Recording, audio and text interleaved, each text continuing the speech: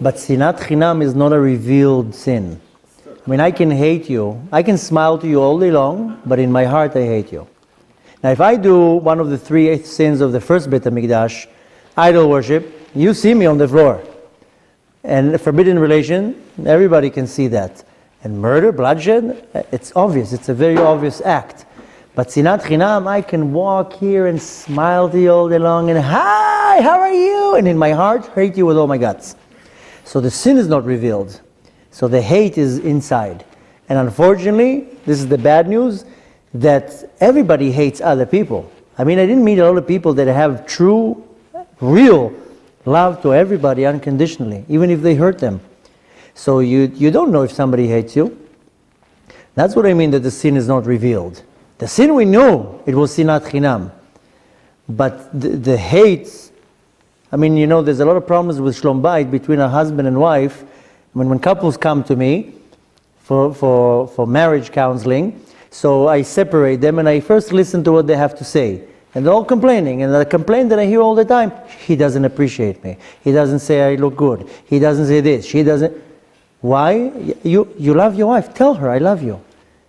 You appreciate your husband. Tell him I appreciate your hard work.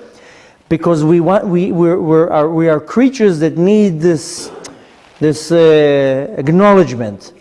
So I can carry this unbelievable love to my child. If I don't tell my child once a day that I love him, he doesn't know I love him. How would my child know that I love him? Because I support him and I buy him clothes and I feed him and I worry about him all day long? He doesn't know I love him.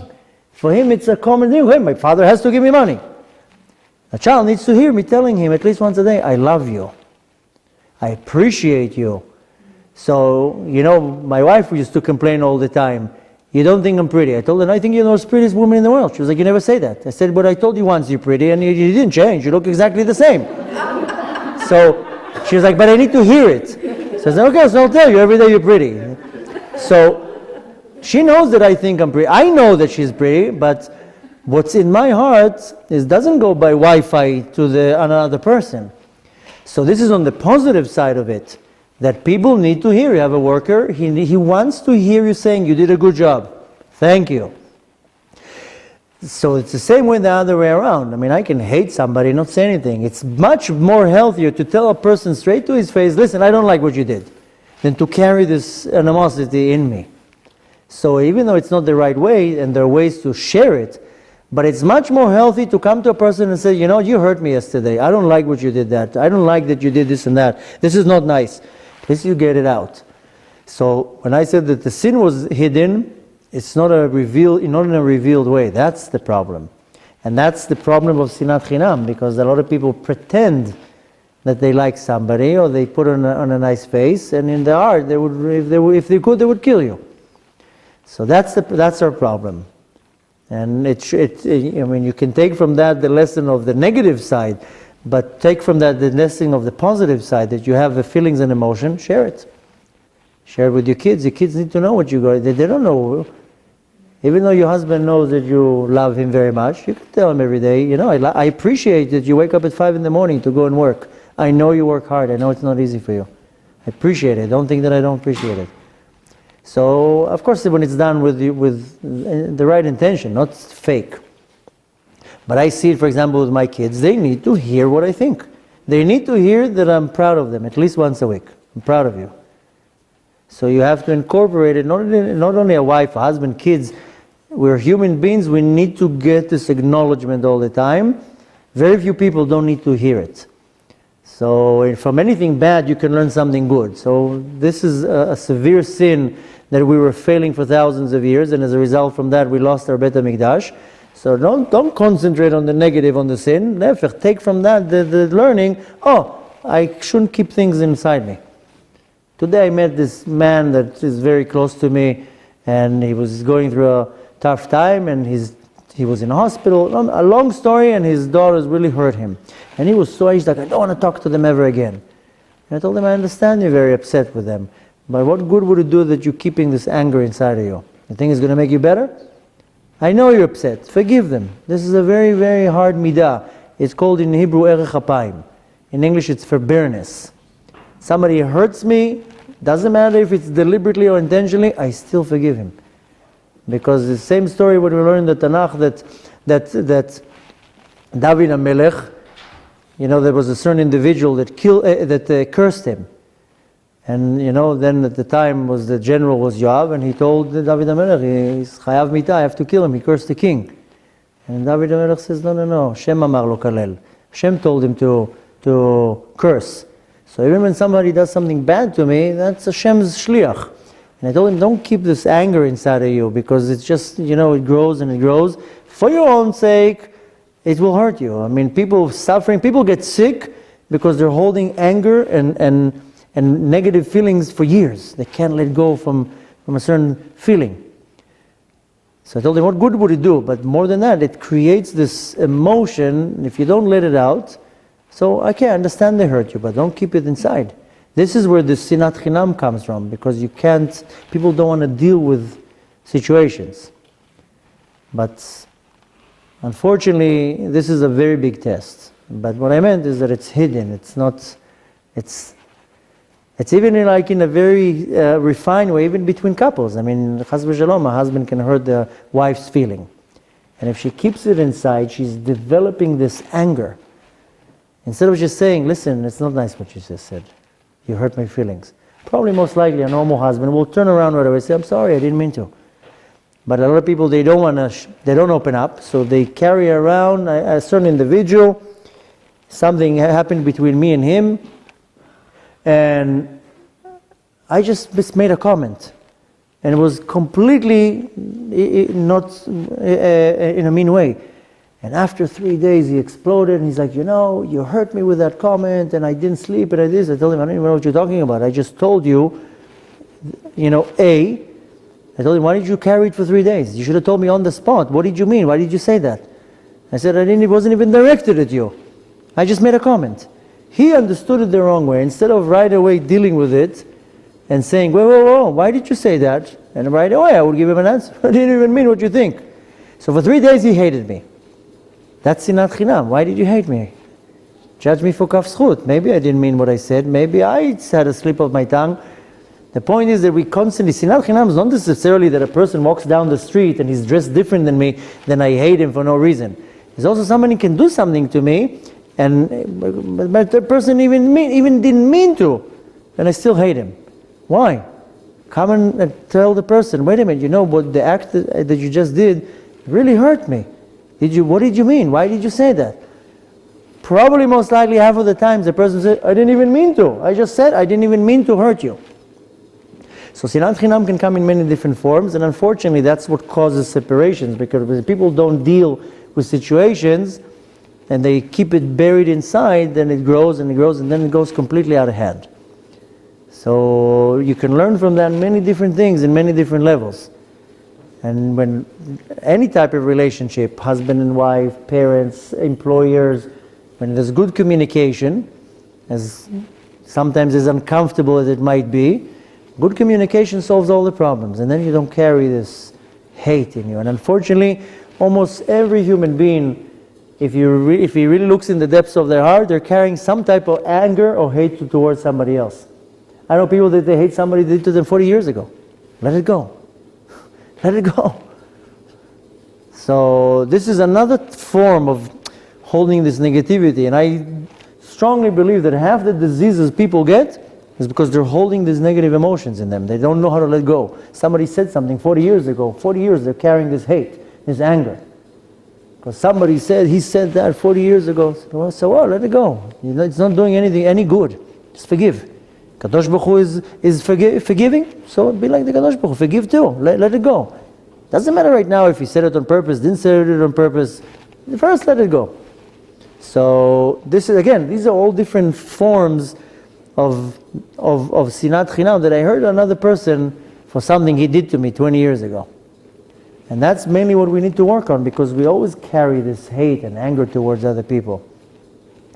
That's why people who are 100% open and they just say what they have to say, yes, sometimes it's rude, it comes off rude, but it's one of the best ways to just get it off their chest right away. Really?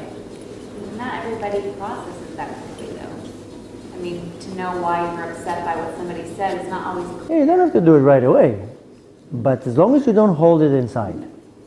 Of course, sometimes you need a week to process what's going on. But it's a very healthy motion to something negative happens in your life, is you sit down instead of, reacting right away. Most people would react right away. The smart way is to, let me analyze what's going on here. And you make your analysis, and then you say, how am I approaching this? It doesn't have to be instant. But the point is, a lot of people, they carry this anger of this 8 years. That's what I mean. That's not a good thing. Sometimes you need a week or two, let things calm down, then come and approach it. But it depends. I'm just talking very general now. It depends. In a fight between a husband and wife, sometimes it has to be addressed right away. Sometimes a day or two to relax is good. Same thing with anything. The point is that one should always know how to deal with what's going on internally, to be able to approach it the right way and not walk around with some anger because somebody said something and in my mind I'm developing this entire storm in my mind, and the person was innocently just said a word or did a hand movement. And a person can create a whole thing in his mind. He moved his hand, what did he mean? And I'm just giving one example out of many. The point is that what's going on in our heart, we can't read minds and we can't read each other's emotions. And the problem is a lot of people are closed, they keep it inside and eventually it affects them. So, it can be between a husband and wife and mainly between parents and kids. Most kids, right away they lock themselves up. Very few kids have already the nature or they feel the confidence to right away come and talk. And it's up to the parents to know how to give this form of security to the kid that right away come and talk about it. Don't leave it inside. It's a very bad habit to leave things inside. Why? Because in the beginning it could be a misunderstanding. Or even if it's not a misunderstanding, even if it's 100% if you're right. But deal with it. Bring it out. What did you mean? Let's talk about it. You hurt my feelings. But most people, human nature is you keep it inside. I got hurt. That's it. I don't talk to him anymore. So for 1 week maybe it's good. For 1 week you don't sleep. So you're getting stomach aches already from that. That's not a smart way to work. Of course, each scenario is completely different. Each thing needs to be dealt different. But the point is that it's not healthy to keep things inside. You want to constantly straighten things out. Now, us as an adult, we're already all our life is to start fixing things. The smart part is to see it and already start at least educating our kids. I educate my kids, doesn't matter what happens, talk about it. Don't bury it inside you. Because if you let it out real fast, then you know how to deal with it. If you keep it in for 2 years, 3 years, then it becomes 40 years. I know people that they carry this hate for years. Because somebody did something to them 50 years ago. Let it go. Now after a week it's easy to let go. After 50 years, you can't. So in any type of interaction, the right way is to put things on the table. Doesn't matter if it's right away or a week later, but the point is not to keep things inside. And we kind of sidetracked to that from Sinat Chinam, but that's the beginning of Sinat Chinam. Because one time I give you an example. I went on a bus and I sat down and sits to me a not observant Jew, and as I sit down next to him, he goes like that. And I'm like, I'm not contagious. Why are you doing that? So he kind of mumbles, they're all the same. I said, what? He's like, you're all the same. I said, you don't even know me. How do you say that I'm all the same? So he started throwing all these slogans. And of course he threw, you don't go to the army. I said, I didn't go to the army? Where were you in the army? And he started like he wanted to argue, and I was like, you tell me I didn't go to the army? I did more army than you and your father together. Why are you saying, you know me? Where do you know where I was in the army? Because I have a beard? Right away, that's it, I didn't go to the army? So then when I was running in Lebanon, you were a kid playing football. Don't tell me I didn't go to the army. So anyways, we started a whole argument. You don't work. I said, I don't work? I work harder than you. So, anyways, we slowly got into a conversation, and all these theories that he had, he didn't fall on the right person. So the point was that I told him, look how ignorant you are. You see me dressed in black with a long beard right away. I didn't go to the army. I'm a schlepper. I'm ochel chinam. I'm milking the country. I'm not paying taxes. What are you, my accountant? How do you know what I'm doing? You just analyze me because of my look. I told him, I'm sorry to tell you, you're very ignorant. You're very ignorant and undeveloped. I don't know. Did I sit next to you like this? Oh, you're desecrating Shabbat. No, I don't see you different than me. The point is that a lot of people, they see you, they just right away, they analyze you. Oh, she's dressed like that. Oh, she moves like this. How are you analyzing me? You don't even know me. I can be your best friend now. Why are you putting me down? I can be the one that if you chas v'shalom you're in an accident, I'll come in with the ambulance and save you. How do you know who I am? How dare you even analyze me and completely negative without even knowing me?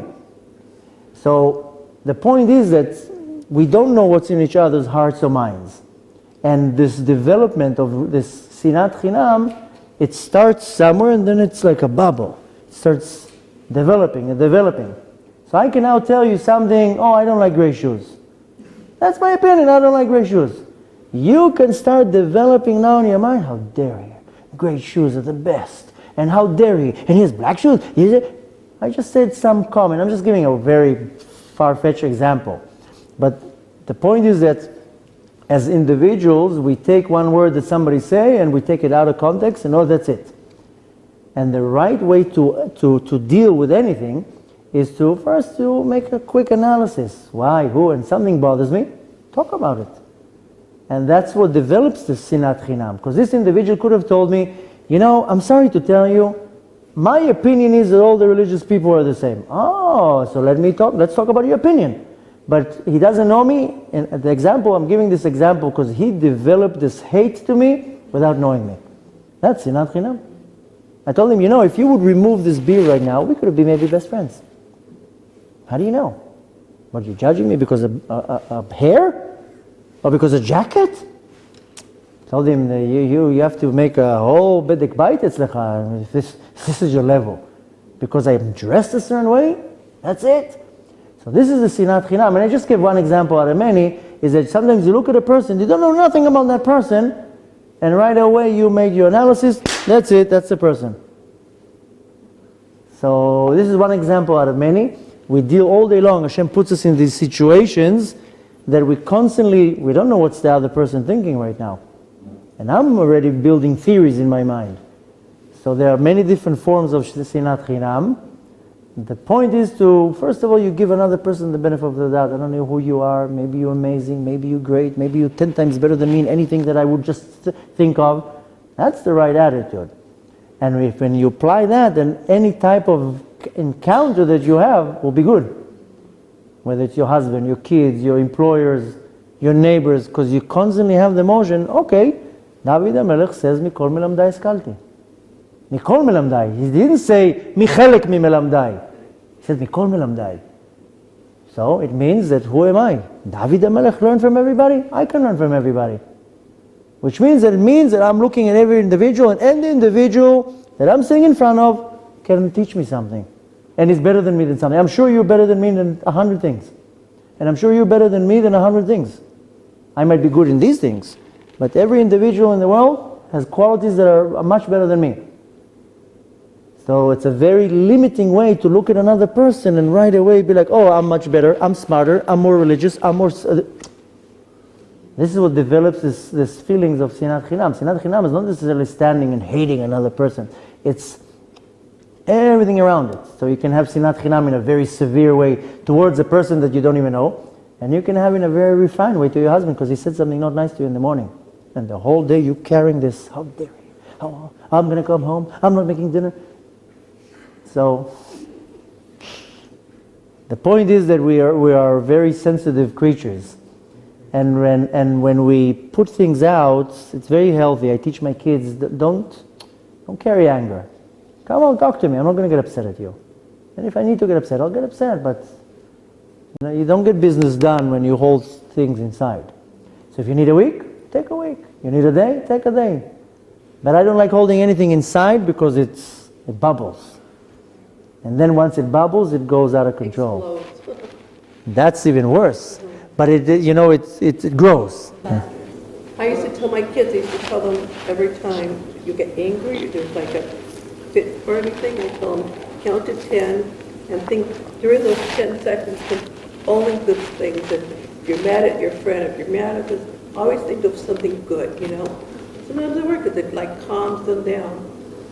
It's in anything, unfortunately, I see it more and more in our generation, which I blame it on certain things, but everybody's aggravated. Everybody's tense, and somebody cuts you in the road, blowing the horns, curses. So, I blame it, because we're getting this radiation around us all day long. All day long we're getting radiation from all the cell phones and antennas everywhere. That's enough to aggravate a human being. And I'm not joking, it's serious. This radiation is aggravating us. Second is our nutrition. Our nutrition is not so good, so it's also aggravating us. People blame it, the economy, stress. No, it's different things. But the reality is that most people are aggravated all day long. I drive now in the road, everybody's aggravated because nobody takes the moment to say, wait a minute, why do I need to curse another person who drives not responsible? What good does it do to me? And that ties to the same thing with holding things inside. So, not for nothing we failed in that big sin of sinat chinam, because it's a very hard challenge. It's a challenge that it's very hard for me to tolerate a group of people. That person is annoying, that person talks too loud, that person chews with his mouth open. Because the point is that all the people who aggravate me are my mirrors. And the Kadosh Baruch Hu wants me to become better. People in the religious world feel that their focus in their life has to be about Torah and mitzvot, which is very important. But the great student of the Arizal, Rabbi Chaim Vital, he says, yes, Torah and mitzvot are very important. We have to do them. But our main avodah in this world, we came to do what's called tikkun hamidot. I have to come to refine my character traits. And that's why I came down here. I can live here for 80 years to work on one midah.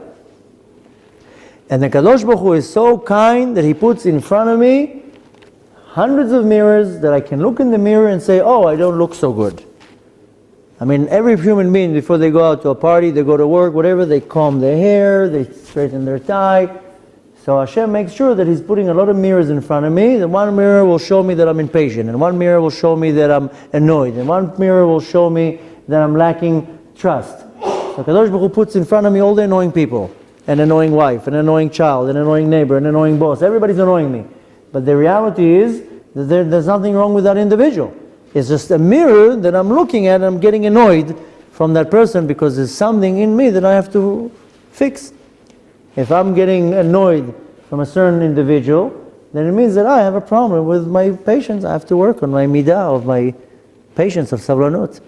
So the Kadosh Baruch Hu constantly will put in front of me the right individuals to make sure that I can look, oh, that person chews with his mouth open and it annoys me, means that I'm having an issue with a derech eretz. Or I do something that annoys somebody else. And if I have a problem with anger, Kadosh Baruch Hu is going to put a child that all day long makes a mess on the floor. So I know if to control my anger or to be like, it's okay, nothing happened, He will give me a very sloppy child that all day long spill things on the floor. So I will say, instead of getting upset at a 3-year-old, I'll be like, no, I have a problem with anger. I need to breathe right, I need to go and work out, I need to do something with my anger to relax it. There's not a problem with the child. He's 3 years old. So the Kadosh Baruch Hu is very, very courteous, and He puts a lot of mirrors in our life. And the smart person looks at the mirrors and says, oh, I didn't know that I'm lazy. Oh, I didn't know that I'm chutzpan. Oh, I didn't know that I talk loud. So the Kadosh Baruch Hu is very, very kind to us. And the more the person analyzes everything, then he lives his life in a much more healthier way. And anger is a very big problem. I have a series online of Tikkun HaMidot. And it's a very long, it's hours and hours of classes, but I explained that there's always the good side, the positive and the negative. So the ultimate positive midah is midat Anava, being humble. And the L'umat zeh, the negative of that, that's midat ha'geava, of being proud, gaiva. These are the main, the first, the head. And from geava, a person who has a lot of geava, a lot of pride, then that will birth anger and sadness. And then from anger and sadness, it will start birthing other midot, frustration, depression, and so forth. It goes like in an hierarchy, in steps. So the person wants to go and figure out how to fix his midot. He has to backtrack all the way up. What's the originate? Where is this midah originating from? And the Kadosh Baruch Hu puts this mirror in front of you, and then you can look. Oh, my problem is there. Most people they don't have the midah of real being humble, so their ego says, no, there's nothing wrong with me. It's his fault. It's his fault, I'm fine. B'ezrat Hashem, should know how to fix our midot.